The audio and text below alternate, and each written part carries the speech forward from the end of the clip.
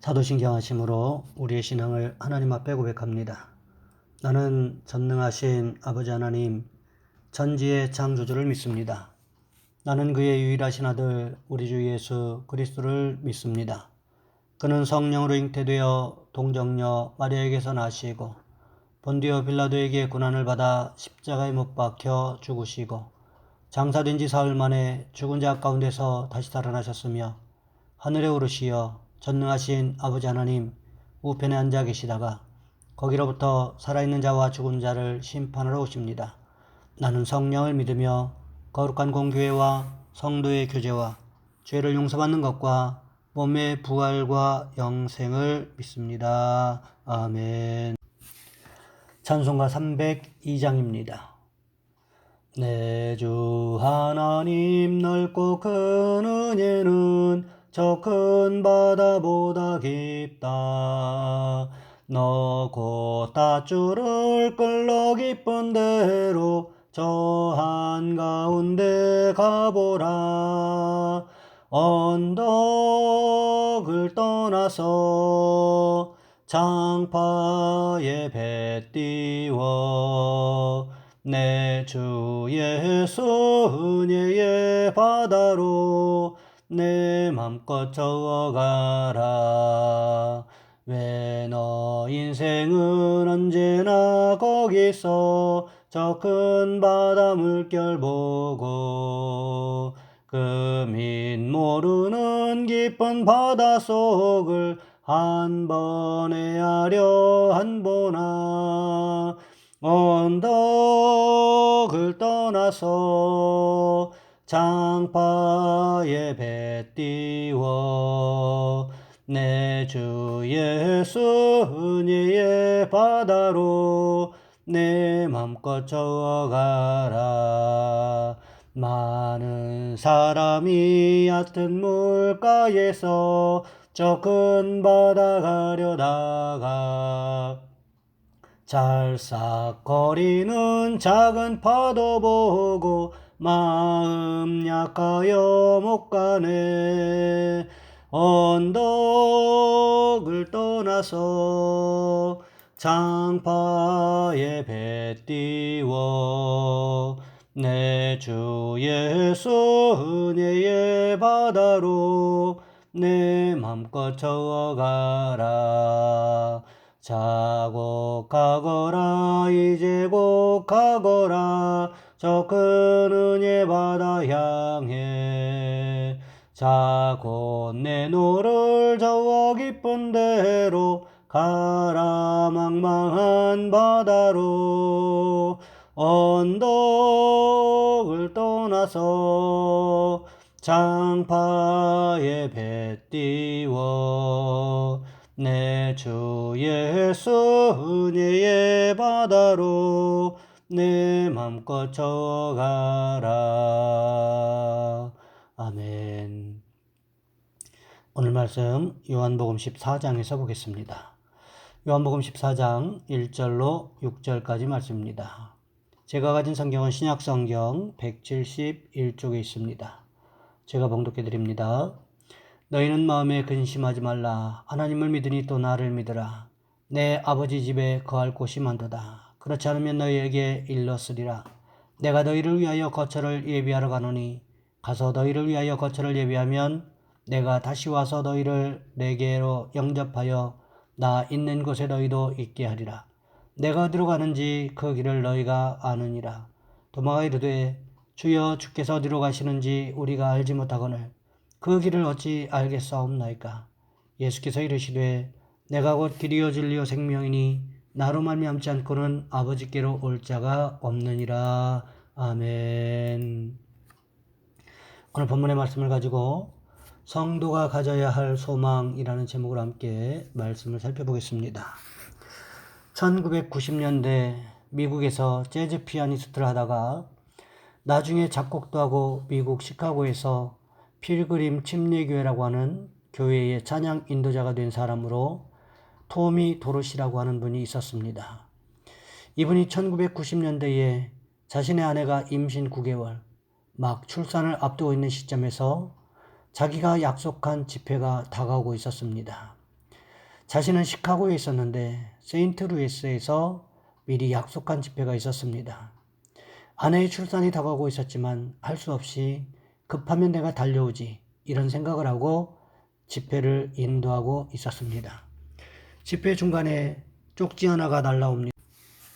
부인이 의독하다는 소식이었어요. 집회를 서둘러 마치고 시카고로 돌아왔습니다. 돌아와 봤더니 아내는 출산하다가 이미 세상을 떠난 거예요. 그리고 이 출산 속에 태어나는 아기조차도 죽은 아기로 태어납니다. 아내와 아기를 함께 잃어버리는 비극을 경험하고 그는 한마디 외마디 같은 비명을 지를 수밖에 없었습니다. 왜요, 하나님? 내가 주님 말씀을 증거하기 위해서 내가 하나님을 찬양하고 돌아온 사람인데 어떻게 나한테 이렇게 하실 수가 있습니까? 어떻게 이런 일이 있을 수가 있습니까? 그는 교회 나가는 것을 포기합니다. 깊은 회의 속에 빠져서 신앙생활도 포기하고 나중에는 이것이 너무나 고통스러워서 정신과 치료까지 받게 되었습니다. 그를 위해 중보 기도하고 있던 그리스도인 친구 한 사람이 있었습니다. 초등학교 교사였는데 어느 날 억지로 이 친구를 데리고 자기가 근무하던 학교로 데리고 갔습니다.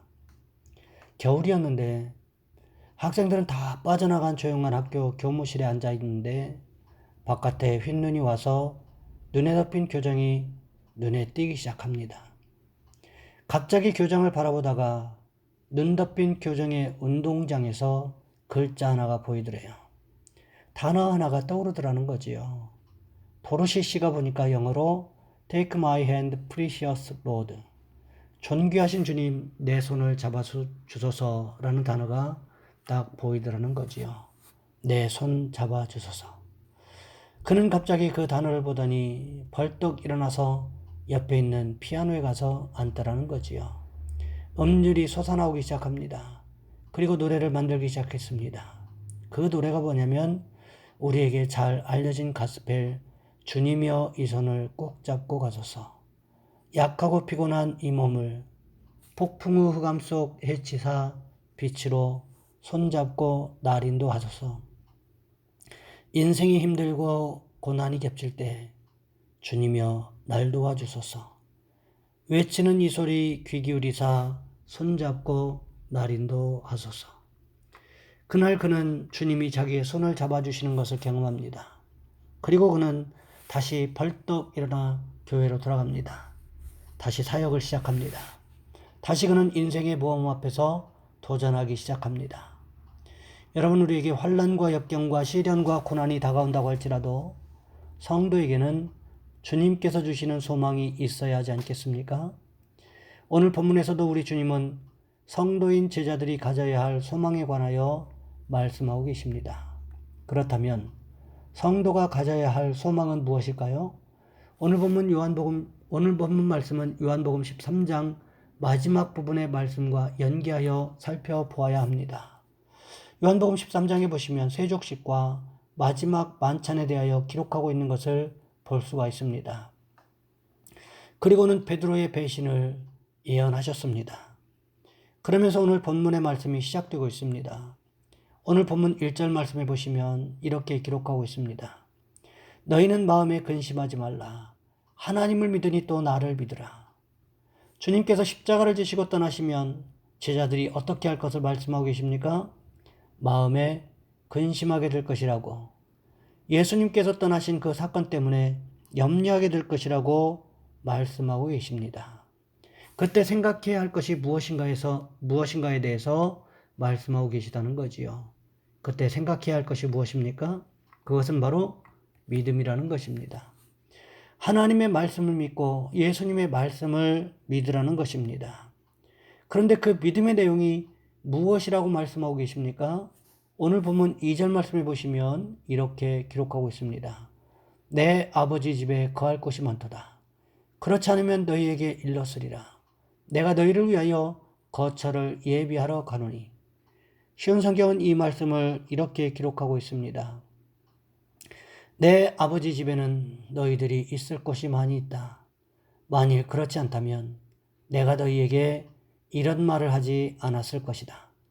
나는 너희를 위하여 한 장소를 마련하러 간다. 예수님께서 십자가의 길을 통하여 하나님께로 떠나시게 될 것인데 그렇게 해야만 하는 이유가 무엇이라고 기록하고 있습니까? 예수님의 제자들이 머물 곳을 마련하시기 위해서라고 말씀하고 계시는 것을 볼 수가 있습니다. 예수님께서 말씀하신 머물 곳이라는 의미가 무엇일까요? 우리는 1년에 여러 번 여행을 떠나게 되는 경우들이 있습니다. 여름 휴가를 위해서 떠나게 되는 경우도 있고 또 명절 기간 동안에 친척 집에 방문해야 하는 경우들도 있게 마련입니다. 휴가지에 가서 편안하게 머무는 것도 좋고 친척 집에 방문해서 며칠 잘 대접받으면서 머무는 것도 물론 기쁘지만 집에 돌아올 때가 되면 하나같이 공통적으로 하는 말이 있다면 어떤 말일까요? 그래도 우리 집이 최고다. 이런 말이지 않습니까? 왜 그렇습니까? 내가 가장 편하게 거할 수 있는 곳, 내가 무엇을 하더라도 다른 사람의 눈치를 보지 않아도 되는 곳, 마음 편하게 무엇이든지 하고 싶은 것을 할 수 있는 곳이 바로 내 집이기 때문에 그렇습니다. 하지만 우리가 머물고 있는 이 세상의 집은 어떻습니까? 영원토록 머물 수 있습니까? 그렇지 않다는 거지요. 내가 원하든 원하지 않든 간에 언젠가는 반드시 떠나야 할 때가 오게 되어 있다는 문제가 있습니다. 그러기에 우리는 영원히 머물 수 있는 곳이 있어야 하는데 그곳이 어디라고 주님 말씀하고 계십니까? 그곳이 바로 하나님 아버지의 집, 곧 천국이라고 우리 주님 말씀하고 계십니다. 예수님께서 제자들을 떠나 하나님 아버지의 집에 먼저 가셔야 하는 이유가 무엇이라고 말씀하고 계십니까? 예수님의 제자들이 예수님을 마음에 모시고 있는 성도들이 머물 수 있는 장소, 하나님 나라의 수많은 장소들 가운데 우리가 머물 수 있는 장소를 마련해 놓으시기 위해서라고 말씀하고 계십니다. 그러니 우리가 성도라면 어떤 소망을 가지고 살아야 할까요? 바로 천국의 소망이라는 것입니다. 우리가 마음속에 예수님을 영접한 성도라면, 우리가 예수님의 말씀을 믿는 성도라면 우리는 어떤 소망을 가지고 살아야 됩니까? 그것은 바로 천국에 대한 소망이라는 것입니다. 어느 분은 신앙생활하면서도 이 세상에만 소망을 두고 살아가시는 분들이 계십니다. 이 세상의 것이 마치 전부인 것처럼 살아가고 계십니다. 이 땅에서 누리게 될 물질적인 축복, 육신적인 축복만 바라보고 그것이 마치 전부인 양 살아가는 그런 분들이 계십니다. 우리는 그러해서는 안 된다는 거지요. 이 땅에서의 축복도 물론 중요하지만 그것보다 더 중요한 축복이 있다면 그것은 하늘나라의 소망을 가지게 된 축복이라는 것을 우리는 기억해야만 한다는 것입니다. 오늘 본문에도 보시기 바랍니다. 우리 주님께서 너희를 위하여, 즉 우리를 위하여 처소를 예비하러 가신다는 그 말씀을 하고 계시는 이유가 무엇일까요? 우리가 천국의 소망을 가지고 살아가야 된다는 것을 가르쳐 주시기 위함이 아닐까요? 그러기에 우리는 천국의 소망을 가지고 이 세상을 살아가야 한다는 것입니다. 바라기는 이 천국의 소망이 날마다 우리의 삶의 현장에 가득 차고 넘치는 축복이 있으시기를 주님의 이름으로 부탁을 드립니다. 이 시간 우리 한 목소리 함께 기도합니다. 주님, 우리에게도 천국의 소망을 가지고 주님 바라보며 살아가게 하옵소서. 특별히 주일인데 예배를 통해서 하나님 우리에게 필요한 은혜를 부어주시고 우리가 말씀의 귀를 기울이며 말씀대로 살아가기로 결단하는 시간들 될 수 있도록 도와주옵소서. 이 시간 우리 주여 한번 간절히 부르신 후에 한 목소리 함께 기도합니다. 주여, 사랑의 하나님, 우리를 도와주시기를 원합니다.